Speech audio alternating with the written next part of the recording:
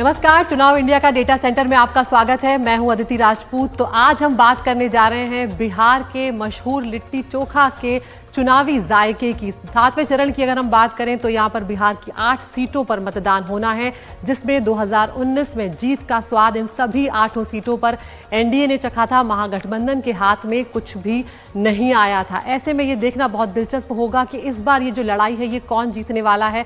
अंतिम चरण में केंद्रीय मंत्री आर.के. सिंह, रविशंकर प्रसाद, मीसा भारती, रामकृपाल यादव, पवन सिंह, उपेंद्र कुशवाहा जो है, ऐसे बड़े नाम अपनी किस्मत आजमाते हुए नजर आ रहे हैं। तो 7वें चरण में जो बिहार को लेकर 7 बड़े सवाल हैं उन पर हम जल्दी से एक नजर डाल लेते हैं।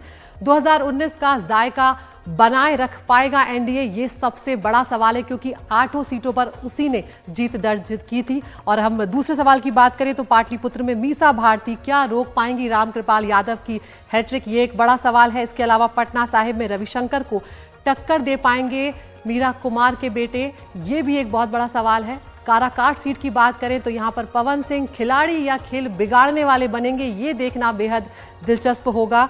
आरा की बात करें तो यहां पर आर.के. सिंह तीसरी बार मैदान में हैं, क्या ये जीत की हैट्रिक लगा पाएंगे, ये देखना बेहद दिलचस्प होगा। और बक्सर में किसका स्वाद बिगाड़ेंगे निर्दलीय उतरे पूर्व आईपीएस आनंद मिश्रा, क्योंकि त्रिकोणीय मुकाबला यहां पर होता हुआ नजर आ रहा है। और महागठबंधन से एनडीए में लौटे कुशवाहा मांझी का कितना असर होगा, क्या वो एनडीए को और जीत दिला पाएंगे, उसकी जीत में कुछ बढ़त में सहयोग कर पाएंगे या नहीं, ये देखना बहुत दिलचस्प होगा। तो इन सवालों पर हम नजर डालेंगे। हमारे साथ बेहद खास मेहमान जो हैं वो जुड़े हुए हैं। हमारे साथ अमिताभ तिवारी जी हैं, राजनीतिक विश्लेषक हैं, और हमारे साथ जुड़ रहे हैं राजेंद्र तिवारी जी, जो कि वरिष्ठ पत्रकार हैं। तो बिहार का जो लिट्टी चोखे का स्वाद है उसकी भी हम यहाँ पर बात कर रहे हैं, और हमारी कोशिश ये रहेगी कि जो पूरी राजनीतिक प्रतिक्रियाएं हैं वो हम आप तक यहाँ पर पहुँचाएं। अमिताभ जी, सबसे पहले आप ही से शुरुआत करूँ। पिछली बार एनडीए का स्ट्राइक रेट जो था वो 100% तक था, 8 में से 8 सीटें जीती थी। क्या जीत के इस स्वाद को एनडीए गठबंधन जो है वो फिर से चखता हुआ नजर आ रहा है यहाँ पर?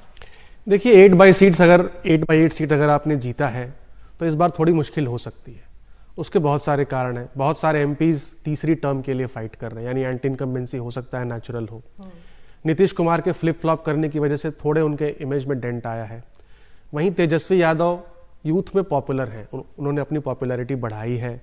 Non Yadav OBC vote bank में यहाँ पर भी सेंध मारने की कोशिश आरजेडी ने करी है, और अगड़ी जातियों में भी कांग्रेस ने बहुत सारे कैंडिडेट्स खड़े किए हैं ओवरऑल वहाँ पर। तो अब देखना पड़ेगा कि इन सारी बातों का क्या असर होता है। चैलेंजिंग रहेगा 8 बाई 8 फिर से रिपीट कर पाना। बिल्कुल। राजेंद्र जी, उपेंद्र कुशवाहा और जीतन मांझी इस बार एनडीए के साथ हैं, क्या इस बार लग रहा है सहयोगियों को पीएम मोदी के नाम पर वोट मिल जाएगा, या फिर स्थानीय मुद्दे जो हैं वो हावी होते हुए नजर आ रहे हैं? ये कॉम्बिनेशन कुछ फायदा पहुंचाएगा बीजेपी को? देखिए अदिति जी, इस तरह का फायदा तो दिखाई नहीं दे रहा है यहाँ पर। दरअसल दोनों खेमों को अगर आप देखें तो एनडीए की तरफ जो स्मूथ कोऑर्डिनेशन और वो चीजें होनी चाहिए, भरोसे का माहौल, वो मिसिंग है। नरेंद्र मोदी की जो छवि है, जो ब्रांड है, वो भी उतना बड़ा नहीं है जो 2019 में था। नीतीश कुमार दरके हुए हैं ऐसे में। और दूसरी तरफ अगर आप देखें इंडिया गठबंधन की तरफ, तो तेजस्वी उभरे हैं बड़े नेता के तौर पर।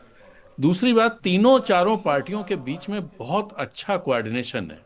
और तीसरी बात यह है कि उन्होंने जाति संतुलन अपने टिकट बंटवारे में साधने की अच्छी कोशिश की है।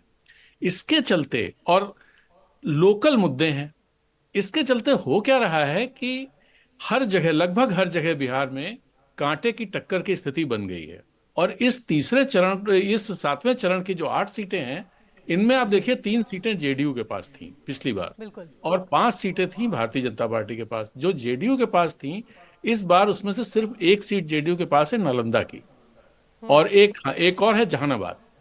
लेकिन जहानाबाद में भी फंसा हुआ मामला है, और काराकाट जो जेडीयू के पास थी वहां से उपेंद्र कुशवाहा हैं।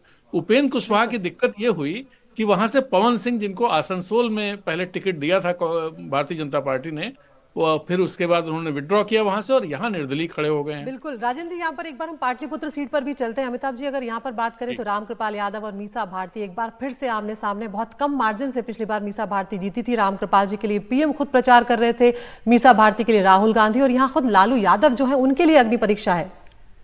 देखिए, यहाँ पर हिस्टोरिकली दोनों के बीच में लड़ाई रही है। रामकृपाल यादव एक समय पर आरजेडी में ही थे, बिल्कुल, और वहीं से राइट हैंड माने जाते थे लालू यादव के, और वहां से एनडीए में आकर के 2 बार लगातार जीत रहे हैं। तो यादव वर्सेस यादव लड़ाई है, अर्बन क्षेत्र भी है। अब देखना पड़ेगा कि जब यादव वर्सेस यादव लड़ाई होती है तो जो नॉन यादव वोटर्स हैं वो उनका रुझान किस तरफ होता है। 2 बार से एमपी हैं, हो सकता है थोड़ी नेचुरल एंटी इनकम्बेंसी हो उनके खिलाफ, लेकिन क्योंकि ये एक राष्ट्रीय चुनाव है, पूरा का पूरा चुनाव जो है कहीं ना कहीं मोदी फैक्टर पर निर्धारित है। बीजेपी का मजबूत किला इसे कहा जाता है। एक बार फिर से रविशंकर प्रसाद मैदान में हैं और मीरा कुमार के बेटे अंशुल अविजित उन्हें टक्कर दे रहे हैं। कायस्थ बहुल सीट ये कही जाती है। आमने सामने की लड़ाई आप देख रहे हैं या एक तरफा लग रहा है इस बार भी? नहीं, एक तरफा तो इस बार किसी सीट पर नहीं है और पटना साहिब में भी नहीं है, लेकिन हाँ, upper hand Bharatiya Janata party का है, वहां पर उसे बढ़त दिखाई देती है। अब देखना यह है कि जिस तरह का नैरेटिव पूरे देश में आरक्षण और संविधान इन सबको लेके खड़ा हुआ है, क्या वो वहां पर उतना इम्पैक्ट डालता है। अगर डालता है तो कड़ी टक्कर है, और अगर वो इम्पैक्ट उस तरह का नहीं दिखाई देता है तो फिर रविशंकर प्रसाद के लिए आसान रहेगा। अब ये जो पटना साहिब है, पटना साहिब में भी रूरल एरियाज भी आते हैं, ऐसा नहीं है कि पूरी तरह से अर्बन सीट है। बख्तियारपुर तक ये सीट जाती है और यादव भी इस सीट पर ठीक ठाक हैं। और आप देखिए, राहुल गांधी ने भी इस सीट पर कल परसों शायद उन्होंने वहां पर सभा की थी। फिर उसके बाद पाटलिपुत्रा के लिए भी उन्होंने सभाएं की, आरा में भी सभाएं की। लालू प्रसाद यादव खुद पटना में चुनाव प्रचार के लिए उतरे। वो सिर्फ 2 सीटों पर चुनाव प्रचार के लिए गए हैं, एक सारण में और एक पटना में। वो उतरे तो पाटलिपुत्र के लिए थे, लेकिन असर उसका दोनों पर होगा। तो इसलिए आसान नहीं है रविशंकर प्रसाद के लिए, ऐसा मुझे लगता है। बिल्कुल। काराकाट की बात करें अमिताभ जी, उपेंद्र कुशवाहा के लिए भी यहाँ पर आसान नहीं, जैसा कि खुद राजेंद्र जी बोल रहे हैं। एक तरफ भाकपा माले के राजा राम है, दोनों को टक्कर जो अब दे रहे हैं वो फिल्म स्टार पवन सिंह है। उनका एक तो स्टारडम है, उनकी रैलीज में भीड़ बहुत ज्यादा आ रही है। तो यहाँ पे क्या त्रिकोणीय हो गया मुकाबला? यहाँ पे ट्रायंगुलर कॉन्टेस्ट हो गया है, क्योंकि भोजपुरी सिंगर जो है उनकी यूथ में अच्छी खासी पॉपुलैरिटी है। कुशवाहा समाज से कैंडिडेट जरूर हैं उपेंद्र कुशवाहा, लेकिन इकलौते कैंडिडेट हैं वो पूरे 40 सीटों में भाजपा की तरफ से। तो राष्ट्रीय लोक मंच के हैं, वो भी कभी एनडीए में रहते हैं, कभी यूपीए में रहते हैं, इसकी वजह से भी उनकी छवि थोड़ी धूमिल है। और पवन सिंह के आने से, ट्रायंगुलर कॉन्टेस्ट के आने से काफ़ी मज़ेदार कॉन्टेस्ट हो गया है ये। और देखना पड़ेगा कि क्या वो खेल बिगाड़ते हैं पवन सिंह, या अल्टीमेटली वो जीत करके आ जाते हैं। बिकॉज बहुत सारे भोजपुरी सिंगर्स बीजेपी के टिकट पे जीतते आए हैं, तो बीजेपी के टिकट पे जीतते आए, लेकिन यहाँ पर इंडिपेंडेंट जीत सकते हैं क्या, ये देखना पड़ेगा। बिल्कुल। तो तेजस्वी यादव की पॉपुलैरिटी को भी यहाँ पर देखना होगा। जिस तरह से राजेंद्र जी भी जिक्र कर रहे थे, लगातार बढ़ रही है। रोजगार के मुद्दे की वो बात कर रहे हैं, जो ज्वलंत मुद्दा है। उनकी रैलियों में जिस तरह की भीड़ आ रही है वो लगातार सुर्खियां बनी हुई है। तो पिछली बार 40 में से 39 सीटें एनडीए के हिस्से में आई थी। तो देखना होगा कि इस बार क्या बिहार जो है वो गेम चेंजर बन सकता है इंडिया गठबंधन के या नहीं, ये देखना बहुत दिलचस्प होगा। एक ब्रेक के लिए हम यहाँ पर रुक रहे हैं, फौरन हाजिर होते हैं।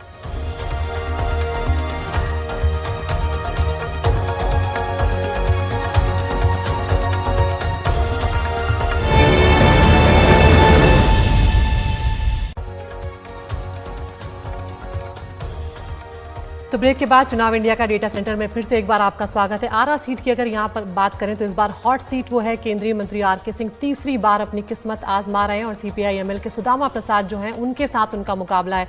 राजेंद्र जी, भोजपुरी इलाका ये कहा जाता है, क्या यहाँ पर लग रहा है आपको जो जातीय समीकरण है वो किसका साथ इस बार देते हुए नजर आ रहे हैं? देखिए, आरा सीट पर, आरा और काराकाट दोनों की बात मैं कर रहा हूं, दोनों पर फायदा ये हुआ है माले को कि उसे एक लंबा समय मिला है प्रचार के लिए, और उसके चलते वो घर घर तक पहुंचने में कामयाब हुए, क्योंकि लास्ट फेज में ये चुनाव हो रहा है। दूसरी बात ये कि माले जो अति पिछड़े दलित ये जो वर्ग है, इसमें उसकी पैठ है और अच्छी पैठ है। इसके चलते आरके सिंह को थोड़ा दिक्कत आ रही है। जब चुनाव शुरू हुआ था उस समय ऐसा नहीं लग रहा था आरके सिंह की सीट बिल्कुल क्लियर रहेगी। जैसे जैसे चुनाव आगे बढ़ा है और जिस तरह से नैरेटिव्स खड़े हुए हैं, उसमें भारतीय जनता पार्टी का दरअसल कोई नैरेटिव खड़ा ही नहीं हो पाया। और दूसरी तरफ मोदी जी का वो प्रभाव नहीं रहा, तेजस्वी का प्रभाव है और इंडिया गठबंधन के नैरेटिव्स हैं, लोकल इश्यूज हैं। माले वहां कैंडिडेट है, माले कैंडिडेट जब है वहां पर उसका बहुत सीधा सा मामला है कि बिल्कुल नीचे तक उसकी पहुंच है। और दूसरी बात, जो एक नैरेटिव चलाने की कोशिश की जा रही है कि जंगल राज वाला, कि जंगल राज, और जो उस समय वही इलाका है आरा और जहानाबाद, ये पूरा इलाका जो है इसी में नरसंहार वगैरह उस समय हुए थे। तो एक नैरेटिव ये देने की कोशिश की गई। बट माले जो है, माले को लेकर के ये कि ये लोग आएंगे तो ऐसा होगा, लेकिन जो सुदामा प्रसाद है वो उन नेताओं में से रहे हैं जिन नेताओं ने जो इंडियन पीपुल्स फ्रंट था, जो उस समय काम करता था माले की जगह पर, अंडरग्राउंड जो काम करते थे ये लोग, उसको पॉलिटिक्स में और डेमोक्रेटिक उसमें लाने वाले में प्रमुख भूमिका सुदामा प्रसाद की रही है। और इसके चलते सुदामा प्रसाद पर इस तरह की कोई चीज चिपक नहीं रही है। तो एक बड़ा मोमेंटम जो आप फैक्टर कह ये रहे हैं कि है वो बनाए रखने में भी वो कामयाब होते हुए नजर आ रहे हैं, लेकिन बहुत दिलचस्प बात आप यहाँ पर कर रहे हैं। 4 तारीख को किस तरफ आरा की सीट जाएगी ये देखना होगा।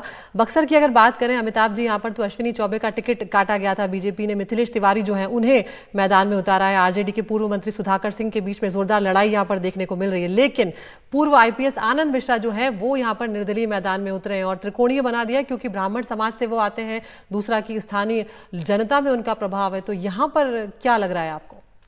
देखिए, यहाँ भी ट्रायंगुलर कॉन्टेस्ट है। दोनों ब्राह्मण समाज से कैंडिडेट जब भाजपा और इंडिपेंडेंट हो गए तो हो सकता है भाजपा को यहाँ पर थोड़ा डैमेज देखना पड़े, झेलना पड़े।